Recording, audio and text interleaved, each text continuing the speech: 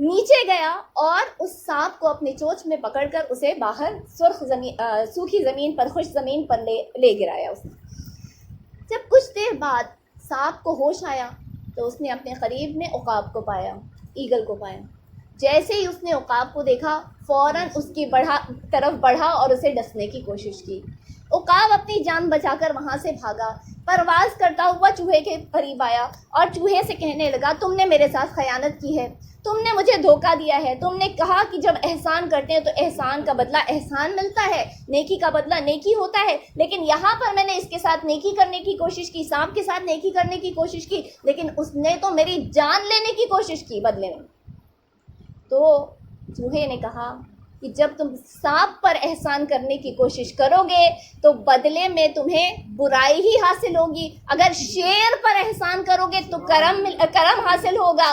اور اسی لیے خداوند عالم فرماتا ہے کہ روز آخرت چند لوگ دوزخ میں جب پڑے ہوئے ہوں گے اور ان کی نظر جو ہے دوزخ کی آگ کی طرف جائے گی تو ایک مرتبہ وہ کہیں گے، یا لیتنا اطعنا اللہ واطعنا الرسول، اے کاش کہ ہم نے اللہ اور اس کے رسول کی اطاعت کر لی ہوتی اور ولایت علی ابن ابو طالب کو قبول کر لیا ہوتا، اس لیے کہ ابو طالب شیر ہے، اگر شیر کی مدد کرو گے تو اللہ کے رسول کی وہ دعا کام آئے گی، وانصر من نصر، اے اللہ اس کی مدد فرما جو علی کی مدد فرمائے۔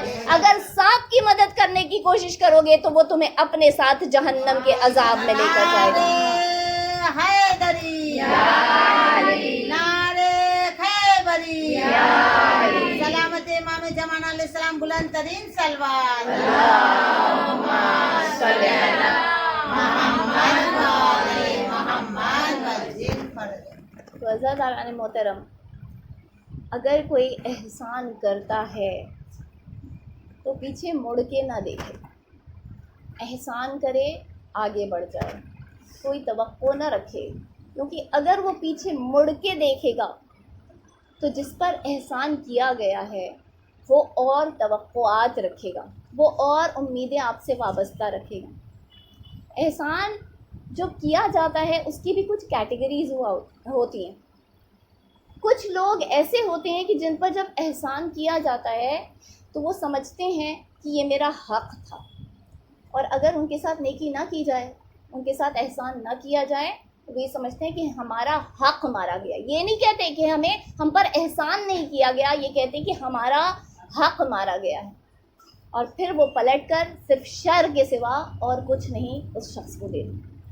تو اسی لیے مولا کائنات فرماتے ہیں کہ جب بھی تم کسی کے اوپر احسان کرو، کوئی نیکی کرو، تو فوراً وہاں سے نکل جاؤ، پیچھے مڑ کر بھی نہیں دیکھو کہ احسان جس پر کیا ہے اس کے دل میں اور توقعات جاگنے لگیں۔ کبھی کبھی لیکن جو احسان کرنے والے ہوتے ہیں وہ بھی اس طرح کے ہوتے ہیں کہ اپنے احسان کو جتلاتے ہیں، اور اتنا جتلاتے ہیں کہ جہاں جاتے ہیں، جس سے گفتگو کرتے ہیں، اس سے اپنی اچھائی کا بیان کرتے ہیں کہ ہم نے فلاں مومنہ کے ساتھ میں یہ اچھائی کی تھی، دیکھو اس نے پلٹ کر ہمیں کیا دیا۔ مولا فرماتے ہیں کہ اگر تم کسی کے اوپر احسان کرتے ہو، نیکی کرتے ہو، تو بے لوث کرو، امیدیں نہ رکھو اس سے، اس لیے کہ وہ خداوند عالم جس نے اسے دیا ہے اسی نے تمہیں بھی دیا ہے۔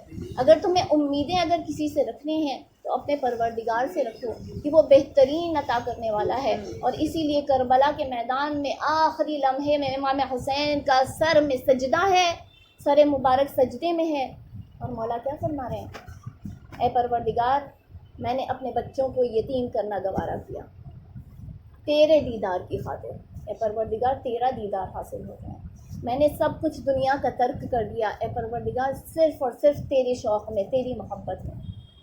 اے پروردگار اگر یہ جسم جو ہے کئی ٹکڑوں میں تقسیم کر دیا جائے تب بھی تیرے دیدار کرنے کا شوق اس دل سے کم نہیں ہونے والا۔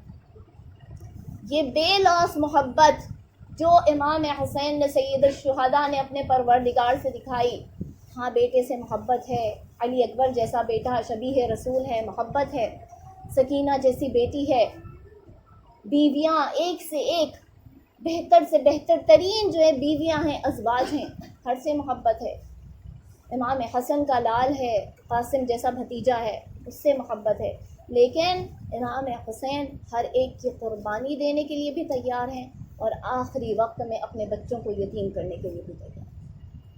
یہ احسان مولا جو کر رہے ہیں دین اسلام پر کر رہے ہیں، کہ دین پر وہ احسان کر کے جا رہے ہیں۔ خداوند عالم پلٹ کر کہتا ہے اے حسین تو نے اتنا بڑا احسان کیا دین کے اوپر، تو نے ہمیشہ کے لیے جو ہے میرے دین کو زندگی اور بقا بخش دی ہے، تو اے حسین میں بھی تیرے ذکر کو اتنا عام کر دوں گا کہ جس کونے میں میرا نام نہیں لیا جاتا ہوگا حسین تیرا نام لیا جائے گا، ہر ایک تیرے ذکر سے آشنا ہوگا۔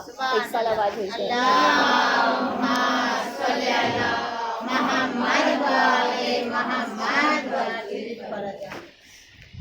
حضرت اعلیٰ محترم مولا نے فرمایا کہ جو نیکی کرتا ہے وہ اس نیکی سے بہتر ہوتا ہے، اور جو برائی کرتا ہے وہ اس برائی سے بدتر ہوتا ہے، اس لیے کہ کرنے والا اس کی ذات ہوتی ہے، کرنے والی اس کی ذات ہوتی ہے، وہ شخص خود ہوتا ہے۔ اگر اس نے کوئی نیکی کی ہے تو یہ اس شخص کی طرف منسوب کی جاتی ہے، لہٰذا وہ شخص اس سے بہتر ہے، اور اسی لیے یزید اپنی برائیوں سے بدتر ہے، اس لیے کہ اس نے ایسے ایسے شر اور ایسی ایسی برائیاں انجام دی ہیں جو اس کے پہلے کسی نے نہ کی تھی۔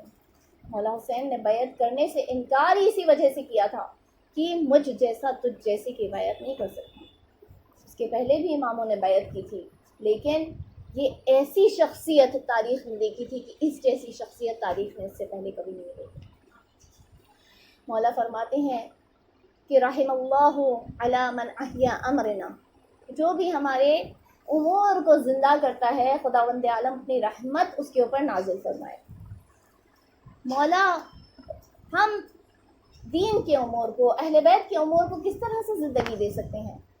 مولا فرماتے ہیں جب بھی کوئی بزم ہو، جب بھی کوئی مجلس ہو جہاں پر بھی مومنین آ کر جمع ہو جاتے ہیں اور اللہ اور ہمارا تذکرہ کیا جاتا ہے، تو اس طرح سے ہمارے امور کو زندگی ملتی ہے، اس طرح سے ہمارے امور جو ہے وہ تر و تازہ رہتے ہیں اور وہ کبھی مرجھاتے نہیں ہیں، وہ ہمیشہ باقی رہتے ہیں۔ خداوند عالم کا خاص رحم ہوتا ہے، یہی تو وہ بزم ہے جہاں پر ملائکہ جو ہے اذن رب لے کر جو ہے نازل ہوا کرتے ہیں، اور اس طرح سے معطر ہو جاتے ہیں کہ جب پلٹ کر جاتے ہیں تو آسمان والے ان سے سوال کرتے ہیں کہ ہمیں اجازت نہیں ملی تھی، تم کہاں سے ہو کر آ رہے ہو؟ تو فرشتے کہتے ہیں کہ ہم مومنین کی بزم میں بیٹھ کر آ رہے ہیں، ہم ان کے لیے دعائیں کرتے ہوئے آ رہے ہیں، جب تک کہ آخری مومن اس بزم سے رخصت نہیں ہو جاتا تب تک فرشتے جو ہے اس فرش سے اٹھتے نہیں اور پرواز نہیں کرتے۔ سبحان اللہ، سبحان اللہ۔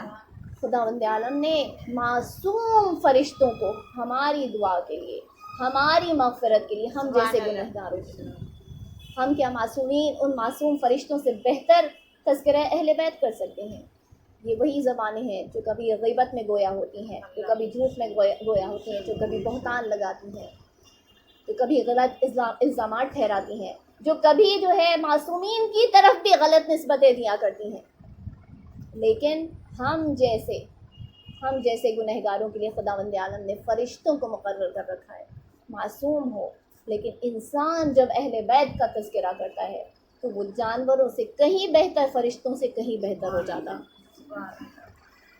عزیزان محترم، یہ شخص جس نے کہا کہ میں نے 200 مرتبہ مولائے کائنات کے اس کتاب کو، یعنی خطبوں کو، خطوط کو اور کلمات قصار کو، ان کا مطالعہ کیا 200 مرتبہ، وہ کہتا ہے کہ لیکن پھر بھی میری سمجھ میں نہیں آیا، عیسائی تھا، کہتا ہے کہ پھر بھی میری سمجھ میں نہیں آیا کہ آخر اس شخص کے لیے جس کا یہ کلام ہے میں اس کے لیے کیا کہوں، اس لیے کہ جب میں یہ کہتا ہوں کہ علی عیسیٰ سے بہتر ہیں تو میرا دین ماننے پر مجھے آمادہ نہیں کرتا، میرا دین مجھے اجازت نہیں دیتا کہ میں علی کو عیسیٰ سے بہتر قرار دوں، اور جب میں یہ کہتا ہوں کہ ہاں عیسیٰ علی سے بہتر ہیں تو میرا شعور اجازت نہیں دیتا ہے کہ میں یہ کہہ سکوں کہ عیسیٰ علی سے بہتر ہیں۔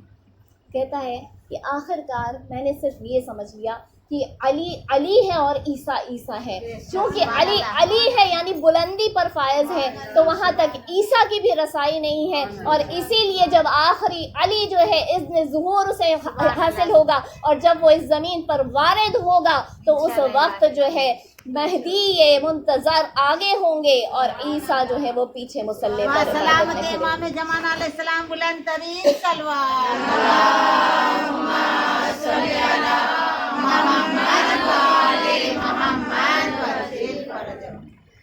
مولا فرماتے ہیں کہ جب بھی تم کوئی گناہ کرو، کوئی گناہ انجام دو، تو یہ سوچ لو کہ اب میری موت واقع ہونے والی ہے، اور جب بھی تم کوئی نیکی انجام دو تو اس کے بعد یہ سمجھ لو کہ اب مجھے بقا ملنے والی ہے، میری زندگی ابھی باقی ہوگی۔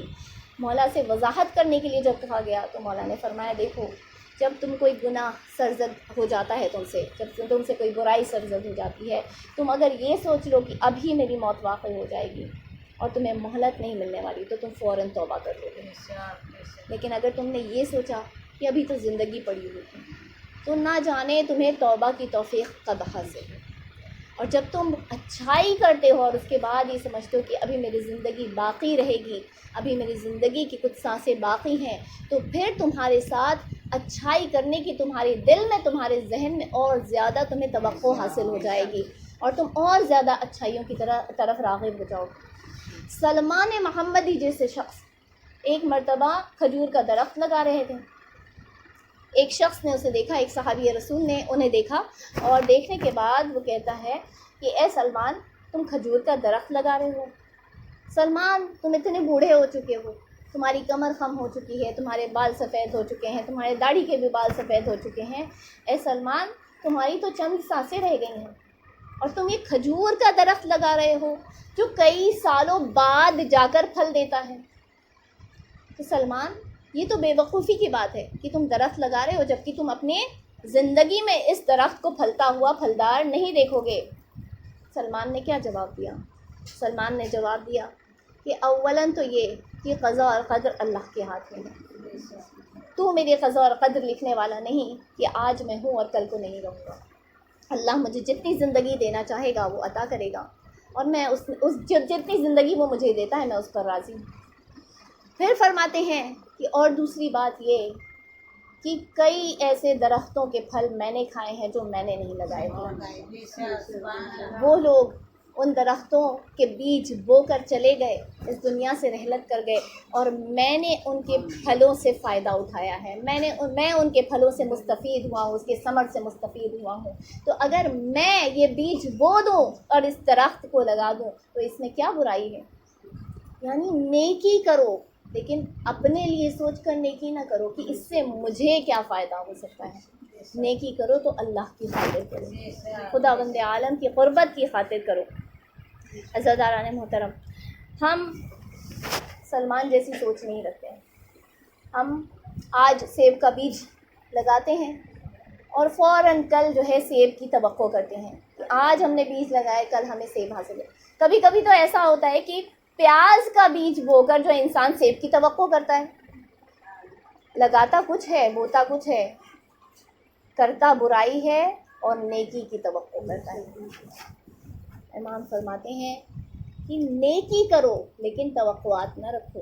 جب توقعات نہیں رکھو گے تو خداوند عالم اتنا نوازے گا تمہیں، اتنا نوازے گا کہ تمہیں امید بھی نہیں رہی ہوگی۔ ایک صلوات بھیج دیں محمد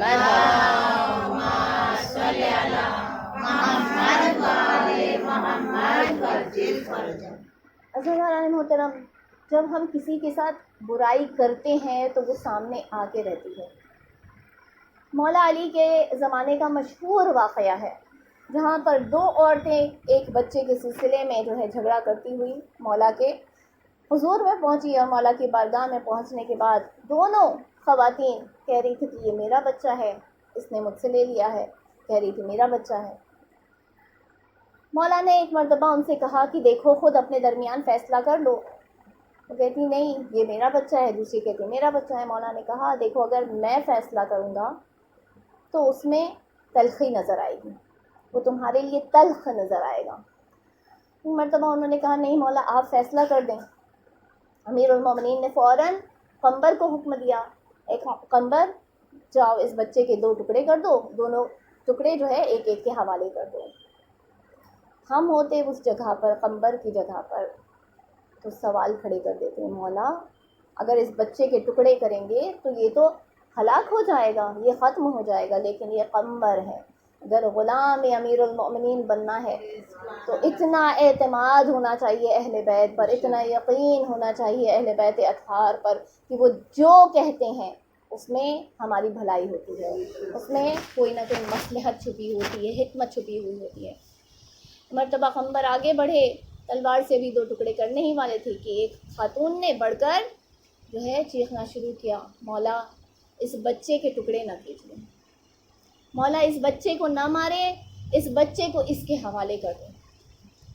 اور دوسری خاموش رہی۔ مولا نے جیسے ہی اس خاتون کا جملہ سنا فوراً قمبر سے کہا، قمبر اس بچے کو جا کر اسی کے حوالے کر دو۔ ایک مرتبہ وہاں اصحاب جمع تھے، انہوں نے سوال کیا، مولا یہ کیا بات ہوئی، یہ تو خود ہی کہہ رہی ہے کہ اسے دے دیا جائے۔ مولا فرماتے یہ نہیں کہہ رہی کہ اسے دے دیا جائے، یہ کہہ رہی ہے کہ بچہ جس کے پاس بھی رہے وہ سلامت رہے، وہ زندہ رہے۔ یہ بچہ اس کا نہیں تھا، لہٰذا بچہ ختم ہو رہا ہے یا زندہ ہو رہا ہے، اسے زندگی مل رہی ہے، اسے موت مل رہی ہے، اسے فرق نہیں پڑ رہا تھا، لیکن یہ اس کا اپنا بچہ تھا، لہٰذا وہ اس بچے کی زندگی کی خاطر جو ہے یہ قربانی دینے کے لیے تیار تھی کہ بچہ میرے پاس رہے یا اس کے پاس رہے، بس وہ زندہ رہے۔ صلوات پڑھ دیں محمد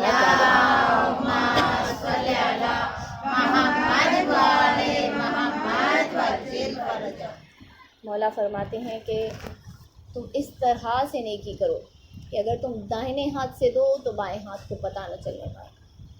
اور اسی لیے ظہور کا جب وہ ماحول ہمارے لیے بیان کیا جاتا ہے، وہ حالات ہمارے لیے بیان کیے جاتے ہیں، تو یہی بتایا جاتا ہے کہ کوئی شخص ہوگا کسی مومن کی جیب میں ہاتھ ڈال کر جو ہے وہ پیسے نکال لے گا، لیکن نہ وہ مومن اس کے اوپر اعتراض کرے گا، نہ اسے احساس ہوگا کہ اس کے جیب سے پیسے نکال لیے گئے۔ یہ زکوٰۃ دینے کا طریقہ ہوگا کہ اس وقت زکوٰۃ ادا کس طرح سے کی جائے گی کہ جو مستحق ہوگا وہ اپنا حق خود جو ہے اس مومن کے جیب میں ڈال کر نکال دے گا۔ عزیزان محترم، امام سے سوال کیا گیا تھا کہ آپ زیادہ سخی ہیں یا حاتم طائی زیادہ سخی ہے، اور مولا نے کہا تھا کہ دیکھو، جو تم نے سنا ہے کہ حاتم طائی 40 دروازوں سے دیا کرتا تھا، ہر دروازے سے سخاوت کیا کرتا تھا، لیکن ہم اس سے زیادہ سخی ہیں، اس لیے کہ ہم ایک دروازے سے اتنا دے دیتے ہیں کہ 40 دروازوں کی نوبت ہی نہیں آتی ہے، ہمیں 40 دروازوں سے دینے کی ضرورت ہی نہیں ہے، ہمارے در پر جو آتا ہے وہ بغیر کچھ لیے ہوئے واپس نہیں جاتا۔ اس بزم میں بھی آج ہم مولا کے در پر کھڑے ہیں، اس بزم میں بھی آج ہم اہل بیت اطہار کے در پر کھڑے ہیں، آج ہم شہزادی کونین کے در پر کھڑے ہیں۔ جو بھی اس بزم میں آتا ہے وہ کچھ نہ کچھ لے کر جاتا ہے، ایسا ہو نہیں سکتا کہ ہم ان کے در پر آئیں اور وہ ہمیں خالی ہاتھ لوٹا دیں۔ عزیزان محترم، جب کمیل ابن زیاد، جس سے ہمیں دعائے کمیل حاصل ہوئی ہے، ایک مرتبہ مولا کے ساتھ قبرستان گئے، اور قبرستان میں مولا نے قبر والوں کو سلام کیا، السلام علیکم یا اہل القبور، اور اس وقت مولا کو جواب آیا ہے۔ مولا نے سوال کیا، اے کمیل، کیا تمہیں سننے میں کچھ آیا، کیا تمہیں کچھ نظر آیا؟ کمیل کہتے ہیں، مولا نہ مجھے کچھ سنائی دیا نہ مجھے کچھ نظر آیا۔ تو پھر مولا کہتے ہیں کہ اے کمیل، کاش کہ تمہارے پاس بھی وہ آنکھیں ہوتی اور وہ کان ہوتے جو سن سکتے کہ یہ قبر کے اندر جا کر جو ہے کیا فریاد کر رہے ہیں۔ کمیل کہتے ہیں، مولا بتائیے کہ یہ کیا کہہ رہے ہیں؟ تو مولا فرماتے ہیں کہ یہ کہہ رہے ہیں کہ اے مولا، اے امیر المومنین، آج ہم اس طرح سے قبروں کے اندر ہیں کہ آج ہم کیڑے مکوڑوں کا شکار ہو چکے ہیں، آج ہم کیڑے مکوڑوں کا طعام بن چکے ہیں، آج ہم ان کا نوالا بن چکے ہیں، ہمیں ہر طرف سے جو ہے کبھی سانپ کبھی بچھو ڈس رہے ہیں۔ مولا فرماتے ہیں، اے کمیل، یہ حشر ان کا ہوتا ہے جو ہماری ولایت سے انکار کرتے ہیں، لیکن جو ہماری ولایت کے قائل ہوتے ہیں، اے کمیل، پروردگار عالم ہمارے صدقے میں ان کے جسم کو تر و تازہ رکھتا ہے اور انہیں ان کیڑے مکوڑوں کا شکار نہیں ہونے دیتا۔ ظاہراً ایک انسان یہاں پر دفنایا جاتا ہے، لیکن ہم سب کا یہ ماننا ہے کہ خداوند عالم نے ایسے فرشتوں کو مقرر کر رکھا ہے جو اس کے جسم کو اور اس کی روح کو وادی السلام میں منتقل کر دیتے ہیں۔ عزیزان محترم، مولا کائنات نے بہت ساری تقریریں لوگوں کے سامنے کی، بہت سارے خطبات لوگوں کے سامنے پیش کیے، اور بہت ساری چھوٹے چھوٹے اقوال، کلمات قصار لوگوں کے سامنے پیش کیے۔ نہج البلاغہ بہترین خزانہ ہے مولا کے اقوال کا، مولا کی ہدایتوں کا، مولا کی نصیحتوں کا۔ لیکن افسوس کی بات یہ ہے کہ زمانے نے ان کے حق کو مارا، زمانے نے ان کے اوپر اس طرح سے ظلم و ستم ڈھائے، ایسے ظلم و ستم کہ مولا خود فرماتے ہیں کہ اگر انہیں اجازت دے دی جاتی کہ اس سے زیادہ یہ ہم پر ظلم و ستم ڈھائیں، اس سے زیادہ یہ ہم پر تشدد کریں، تو یہ ہم پر تشدد نہیں کر سکتے۔ ربیع الاول کا مہینہ داخل ہو چکا ہے۔ ربیع الاول کی پہلی تاریخ وہ تاریخ ہے جو فضیلت کی بھی تاریخ ہے، اس لیے کہ ہمیں ملتا ہے کہ یہی ربیع الاول کے مہینے کا آغاز ہوا تھا۔ خداوند عالم نے اپنے حبیب کو مشرکوں کے منصوبے سے آگاہ کیا تھا، اور اس کے بعد فرمایا تھا، اے حبیب، آپ اپنے بستر پر آج علی کو اپنی جگہ سلا دیں، اور آپ اس شہر سے ہجرت کر جائیں۔ کہاں ہجرت کرنے کے لیے کہا گیا تھا؟ مدینے کی جانب ہجرت کرنے کے لیے۔ آج رسول کو حکم آ رہا تھا کہ آج آپ مکے کو چھوڑ دیں، مکہ رہنے کے لائق نہیں رہا، اور آپ مدینے کی طرف ہجرت فرما دیں۔ اور 60 ہجری میں خداوند عالم اپنے محبوب کے نواسے کو اسی مدینے کے سلسلے میں آواز دے کر کہہ رہا تھا کہ اے حسین، اب یہ مدینہ تمہارے نانا کا وطن اب یہ رہنے کے لائق نہیں رہا۔ وہ مدینہ جس کو رسول نے آباد کیا تھا، اسی مدینے کو اب ظالموں نے آباد کر دیا تھا۔ امام حسین جب قبر رسول پر آئے ہیں تو رسول کی قبر پر اپنے سر مبارک کو رکھ کر یہ فرماتے تھے، نانا آپ کا حسین جا رہا ہے، نانا آپ کا حسین مدینہ چھوڑ کر جا رہا ہے، اب یہ مدینہ رہنے کے لائق نہیں رہا۔ شاید کہ رسول کی آواز قبر کے درمیان سے آئی ہو، قبر کے تحت آئی ہو کہ اے حسین، جب میں نے اس کو آباد کیا تھا تو حسین میرے ساتھ علی کے بازوؤں کی طاقت تھی، میرے ساتھ میرے چچا حمزہ تھے، میرے ساتھ جعفر طیار جیسے شجاع ہوا کرتے تھے، میرے ساتھ اتنے شجاع اور بہادر افراد بنو ہاشم کے ہوا کرتے تھے۔ اے حسین، تم کربلا کو آباد کرو گے، حسین تم کسے اپنے ساتھ لے جا رہے ہو؟ شاید کہ مولا نے پلٹ کر کہا ہو، یا رسول اللہ، اے میرے جد، اے میرے نانا، آپ نے حسین کو غریب سمجھ رکھا ہے۔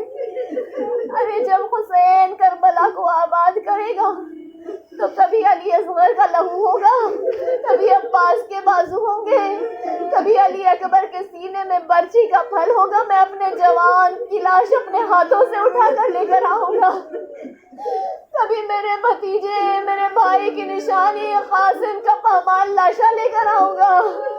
حسین غریب نہیں ہے نانا۔ اور اس وقت رسول نے سوال کیا تھا، اے حسین، اگر تب بھی اسلام نہ بچ پایا، ایک مرتبہ روایت کہتی ہے، روایت کے جملے ہیں کہ یہ ندا جو ہے زینب کبریٰ کے گھر تک پہنچی، زینب کبریٰ کے حجرے میں پہنچی۔ اس وقت زینب کبریٰ نے جواب دیا تھا کہ نانا آپ اپنے حسین کو غریب نہ سمجھیے گا، اگر یہ شہداء کا خون دین اسلام کو بچانے میں کامیاب نہ ہوا تو زینب اپنی فدا قربان کر دے گی، زینب اسیری کو قبول کر لے گی۔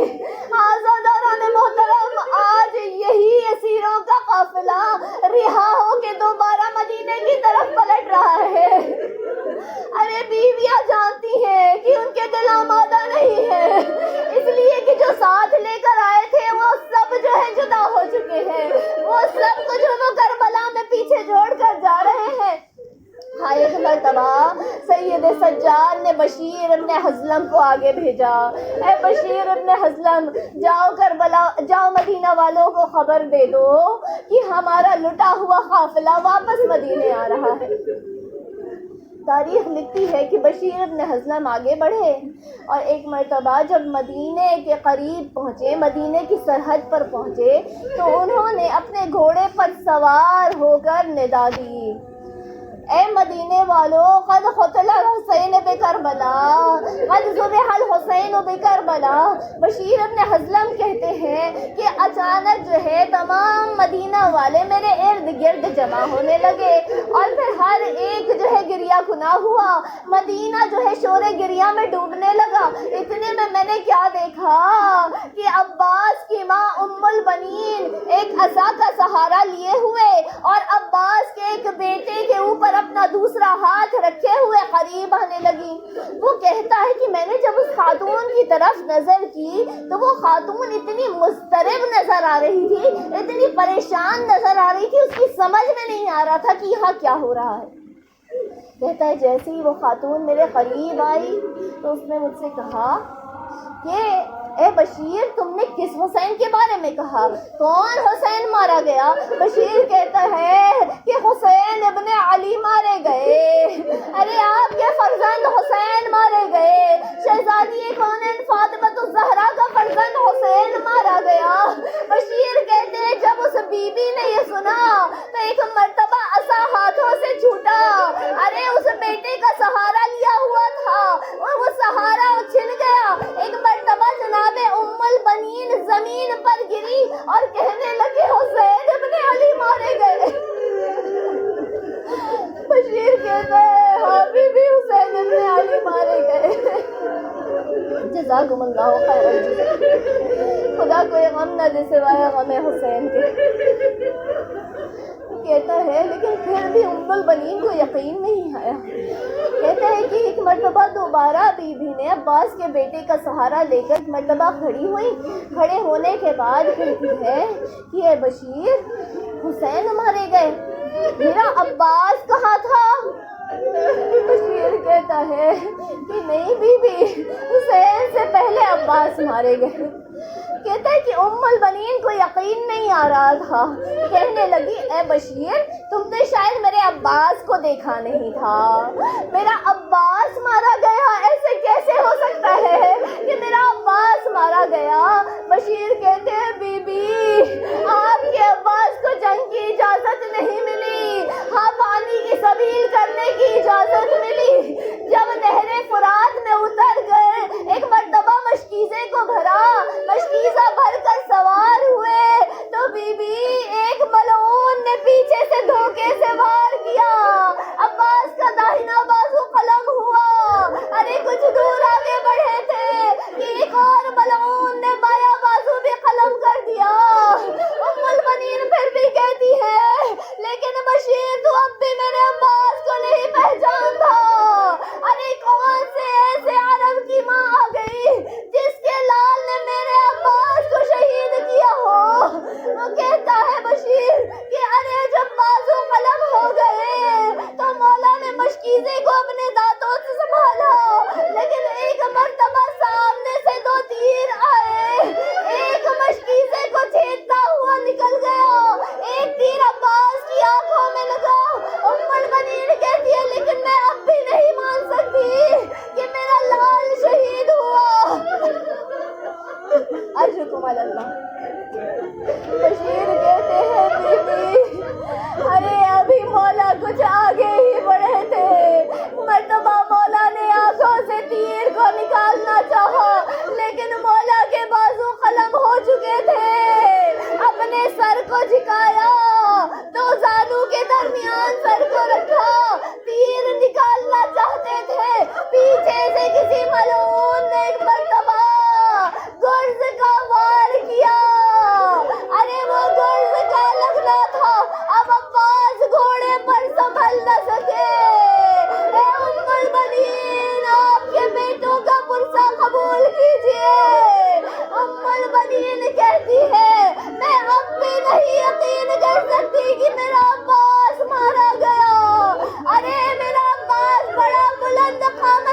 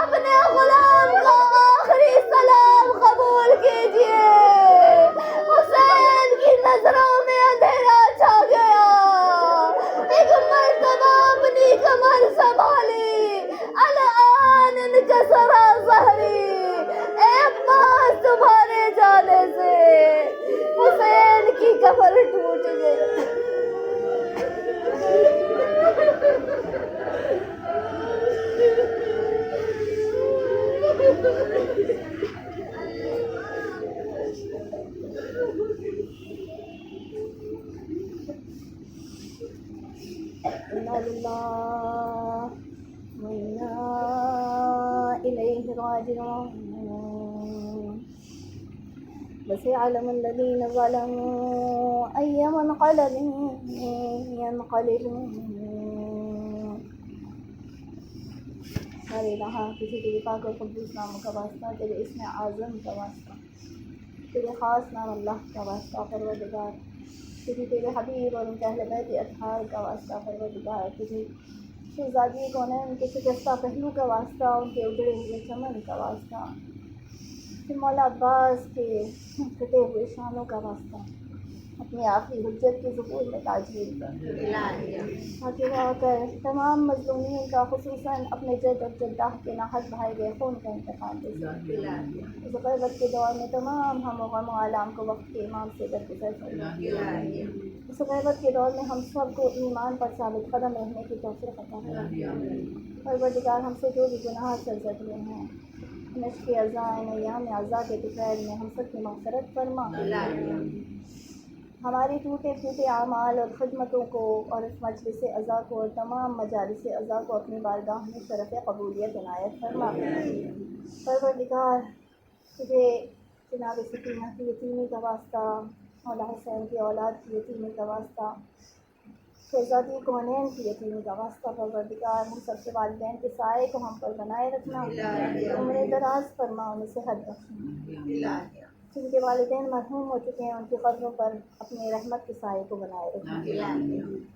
پروردگار جو بھی رزق کے لیے پریشان ہیں انہیں حلال وسیع اور طیب رزق عطا فرما، ہر ایک کے رزق میں برکت عطا فرما. ہمارے الہ ہم پر اس کووڈ کی وبا سے جو راستے بند ہو چکے ہیں، حج کے، زیارات کے، رزق کے راستے بند ہو چکے ہیں، پروردگار اس وبا کو ہمارے درمیان سے برطرف کر کے ان تمام راستوں کا کھلنا نصیب فرما. پروردگار جو بیمار ہیں انہیں شفاء کاملہ عاجلہ عنایت فرما. ہر مومن کی اس وبا سے حفاظت فرما. پرچم اسلام کو سر بلند فرما، پرچم کفر و نفاق کو سرنگو فرما. بار الہ ہم سب کو اس دنیا میں آخرت میں نمایاں کامیابی اور کامرانی عطا فرما. ہم سب کو یوسف زہرا کے جمال اقدس کی زیارت نصیب فرما. ان کے منتظرین میں، ان کے کنیزوں میں، ان کے چاہنے والوں میں، حتیٰ کہ ان کے شیعوں میں جگہ عطا فرما. اور روز آخرت ہم سب کو جناب شہزادی کونین کی بارگاہ میں سرخرو فرما. ربنا تقبل منا انک انت السمیع العلیم. صلی علی محمد. سورہ فاتحہ کا بسم اللہ الرحمن الرحیم. الحمد للہ رب العالمین الرحمن الرحیم مالک یوم الدین. ایاک نعبد و ایاک نستعین. اهدنا الصراط المستقیم صراط الذین انعمت علیہم غیر المغضوب علیہم ولا الضالین. بسم اللہ الرحمن الرحیم. قل هو اللہ احد اللہ الصمد لم یلد ولم یولد ولم